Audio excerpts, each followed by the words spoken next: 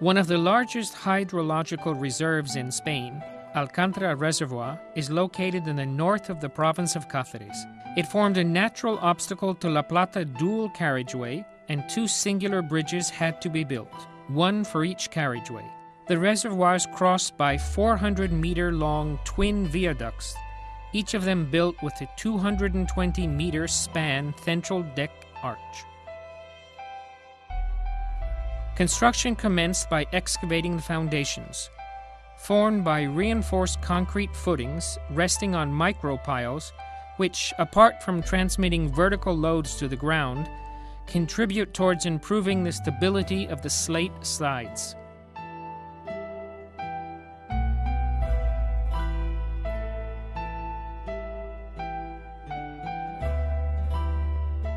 The access area piers rise from the footings and are formed by two rectangular reinforced concrete shafts, finishing in a top cap. The piers are arranged every 26 meters and reach a maximum height of 52 meters above the arch springing.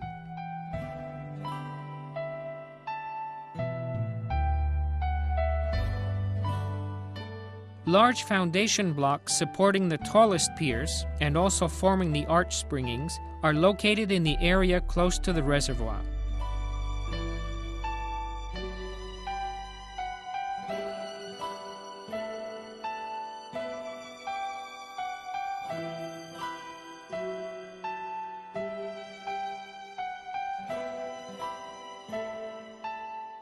All concrete piers are built with climbing formwork.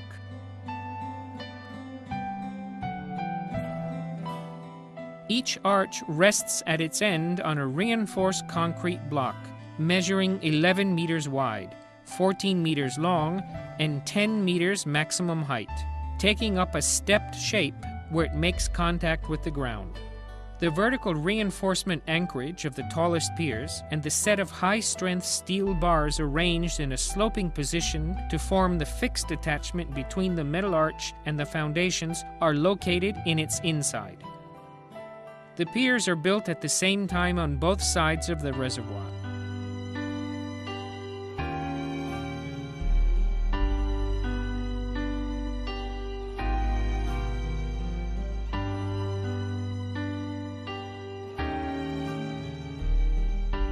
Once the infrastructure is finished, the whole of the deck is assembled on dry ground, on the flat area behind the abutments.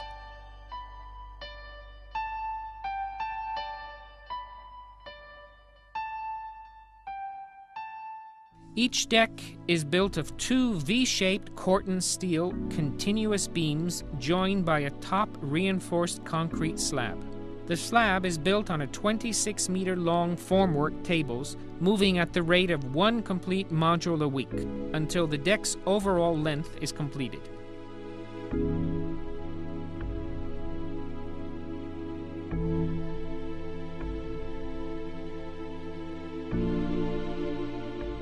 Dry land construction is performed in a simple fashion and enables the deck to be built under optimum accessibility conditions. Half of each deck is built behind each abutment and then moved into its final position using the launching method.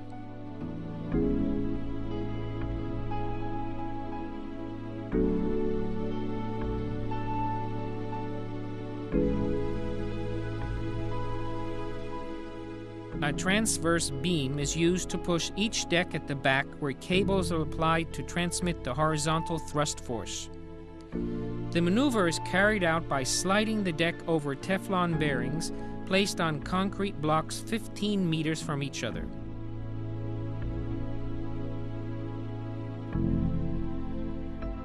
The deck assembly's traction cables are operated at their opposite end by abutment-anchored hydraulic jacks. The first 22 meters of top slab were not concreted in order to reduce stresses in the deck in positions where it overhangs during the advance. The launching maneuver is stopped when the deck hangs over the pier closest to the reservoir. Once launching has stopped, a crane is used to remove the first 12 meters of metal beams, so as not to hinder future arch erection operations.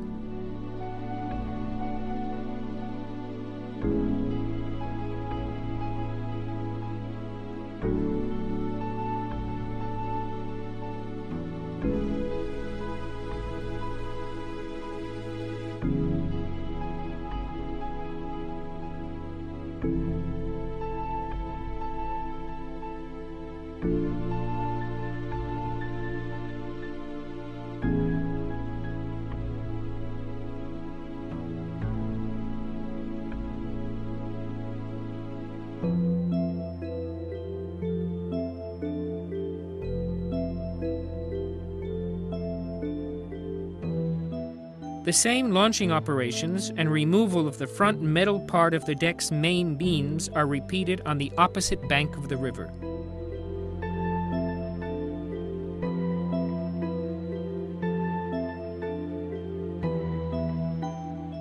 Each arch is divided into 60-meter-long parts, weighing 200 tons, which are assembled horizontally and moved over the deck with skids up to the front part, where a metal gantry picks it up for the advancing, overturning, and lowering operations until connecting with the previously placed bottom piece.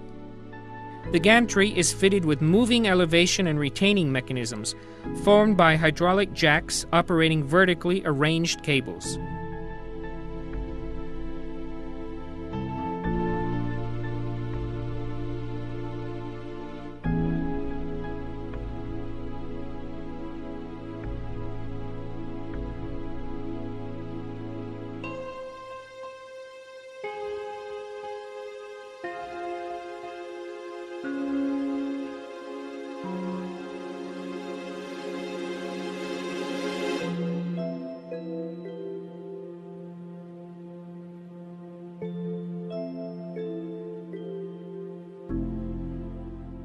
The next quarter archer is then carried over the deck until connecting with the previous part in an area provided with hinges.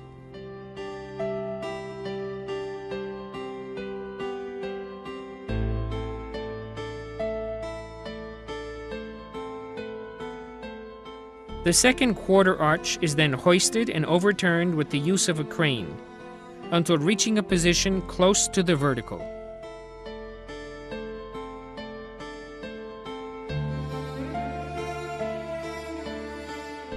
Vertically acting hydraulic jacks placed on deck-supported steel auxiliary towers are used instead of crane hoisting in order to control movements in the last phase when the second quarter of the arch is rotated.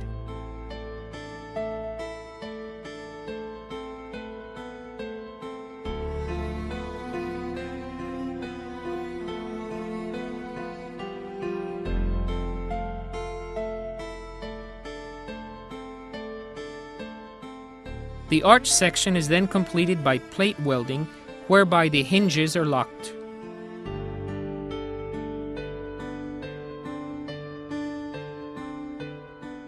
Each semi-arch in this situation is formed by a 120-meter-long, vertically arranged part ready to be lowered down.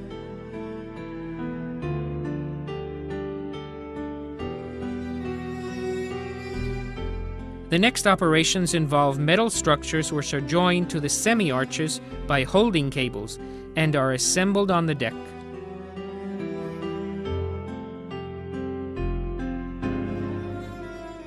Each semi-arch is lowered down by pivoting on the springing hinges, and its movements are controlled with the holding cables.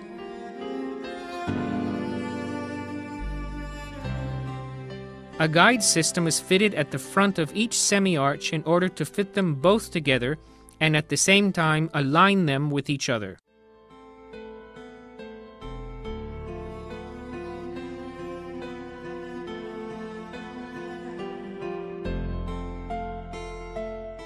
The lowering operations are performed simultaneously from both sides.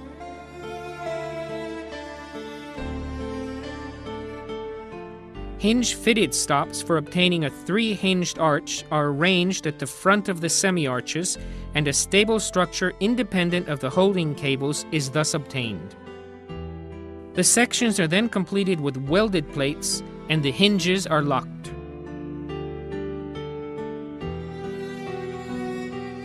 Each semi-arch rotates on hinges arranged on the springing blocks.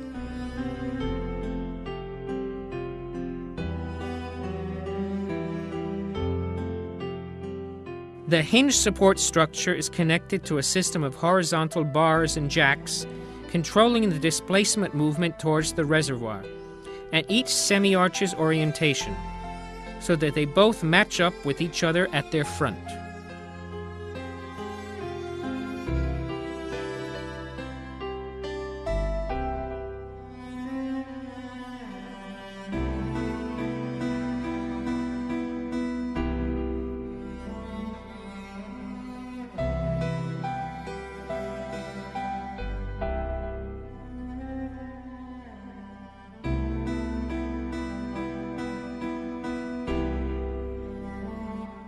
When the lowering operation has concluded, the hinges are locked by fitting anchor bars and reinforcements, followed by concreting the area where the rotation mechanisms have been housed.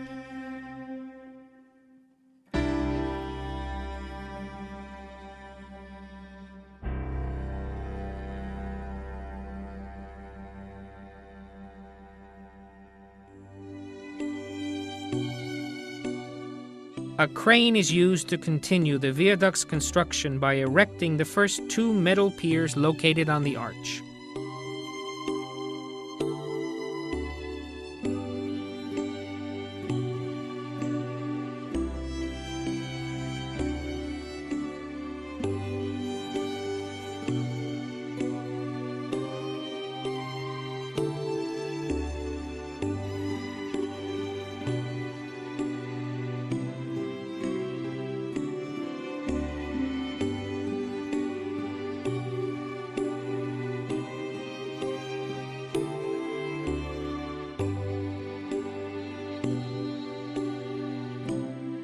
The deck is then launched into a further phase until the second pier erected is reached. The arch is pushed simultaneously from both banks to prevent asymmetric loads in the arch due to the dead weight of the decks.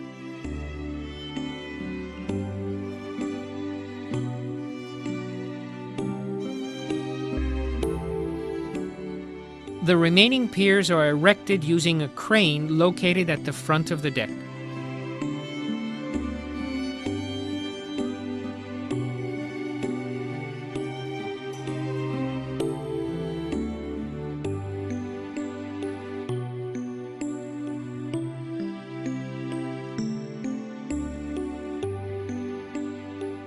The last launching phase is performed on both sides until the deck is joined at the structure's center.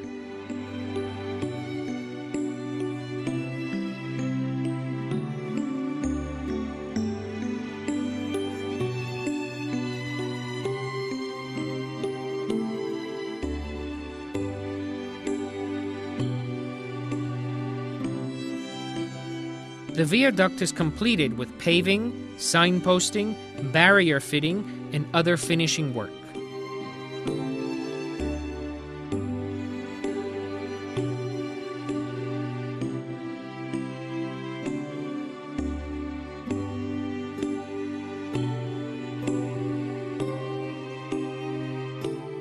The bridge over the River Tagus is a national and a world landmark in arch building, not only for its size, but for the combination of construction systems and auxiliary resources used.